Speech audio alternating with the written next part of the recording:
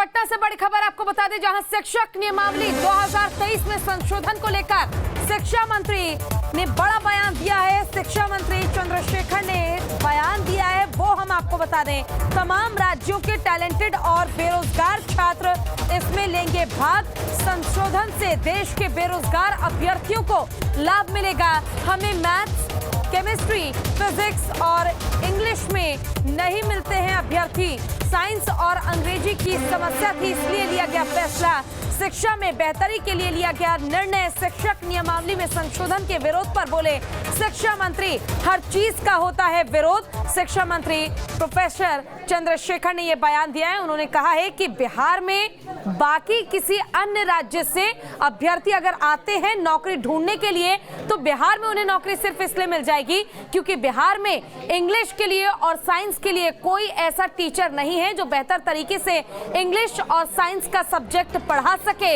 इसलिए बहुत जरूरी है कि बिहार के अगर बच्चों का भविष्य सुधारना है तो बाहर से जो इंग्लिश के टीचर्स हैं, जो साइंस के टीचर्स हैं, जो नौकरी करना चाहते हैं, वो बिहार आए और यहाँ आकर उन्हें नौकरी देने का हम काम करेंगे ताकि बिहार के युवाओं का, बिहार के बच्चों का भविष्य सुधर सके। और साथ ही उन्होंने कहा कि चाहे मुद्दा कुछ भी हो, हर एक मुद्दे का, हर एक बात का विरोध किया जाता है और अगर इसका भी विरोध हो रहा है तो इसमें सरकार को कोई परेशानी नहीं है।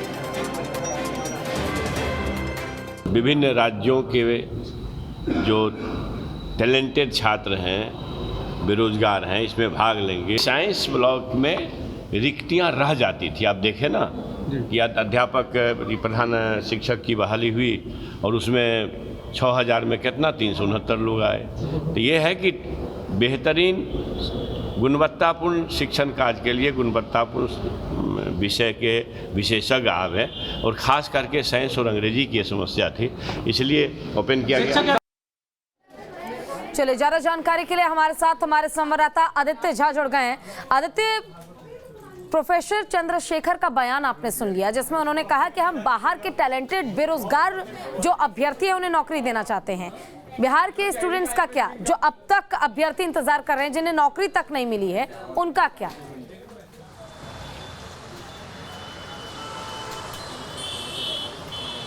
देखिए, कल जिस तरीके से नए शिक्षक नियमावली को में संशोधन किया गया और जो ये था कि बिहार के छात्र इसमें भर सकते थे, जो परीक्षा दे सकते थे, उसमें संशोधन करते हुए बिहार सरकार ने ये निर्णय लिया कि अब पूरे देश के कहीं के भी छात्र जो हैं वो बिहार में जो शिक्षक का जो नियुक्ति का जो निकलने वाला वैकेंसी, उसमें वो अब अपना फॉर्म भर सकते हैं और उनको नौकरी की प्राथमिकता दी जाए। प्राथमिकता नहीं का जो तर्क शिक्षा मंत्री ने दिया है कि विज्ञान संकाय में, मैंने साइंस और इंग्लिश में जितनी रिक्तियां रह जाती थी, यही कारण है कि बाहर के स्टूडेंटों को भी मौका दिया गया है ताकि गुणवत्तापूर्ण शिक्षा बिहार के बच्चों को मिल सके।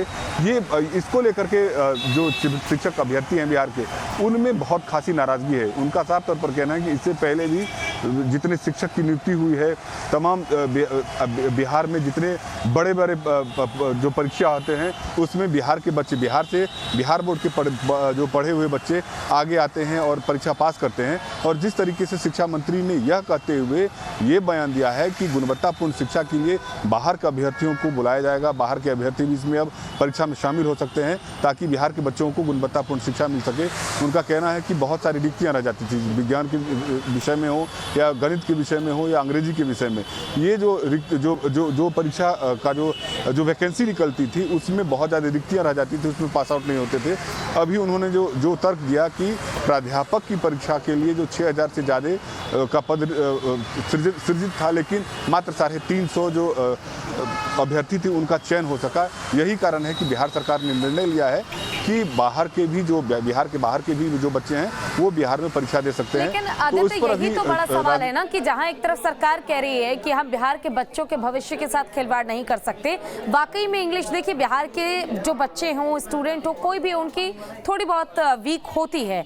ऐसे में बाकी अभ्यर्थियों को अन्य राज्यों से बुलाना यहाँ पर पढ़ाई कराने के लिए, पढ़ाने के लिए, ये बहुत ज़रूरी है ताकि बेहतर कल हो सके। लेकिन अभ्यर्थी इसका विरोध कर रहे हैं। उनका कहना है कि ये हमारे सपोर्ट में नहीं है। हमें आप नौकरी नहीं दे पा रहे और हमारा हक आप मार के किसी दूसरे व्यक्ति को दे रहे हैं जो किसी अन्य राज्य से है, तो ये गलत है।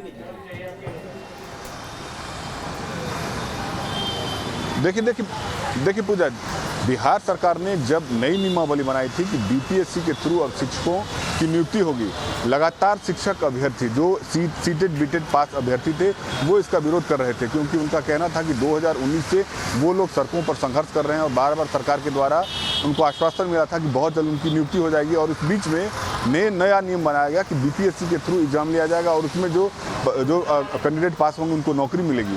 उसके बीच में फिर एक नया संशोधन हुआ है, बिहार के बाहर के बच्चों को भी परीक्षा में मौका दिया गया और तर्क ये दिया गया कि विज्ञान में और गणित और अंग्रेजी के जो पद रिक्त रह जाते थे, इसका सीधा शिक्षा मंत्री का सीधा ये जो आरोप है उसको लेकर के अभ्यर्थी खासे नाराज हैं। उनका यही कहना है कि शिक्षा मंत्री बिहार के मेधावी छात्रों का अपमान कर रहे हैं।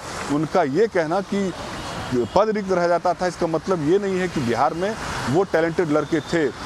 इसी बात को लेकर के जो शिक्षक अभ्यर्थी हैं उसमें खासी नाराज़गी है शिक्षा मंत्री को लेकर के कि उन्होंने बिहारी छात्रों का और बिहार के मेधा का अपमान किया है। उनको बिहार के बदले बाहर से बच्चे बुलाने पड़ रहे हैं ताकि बिहार के बच्चों को गुणवत्तापूर्ण शिक्षा मिल सके।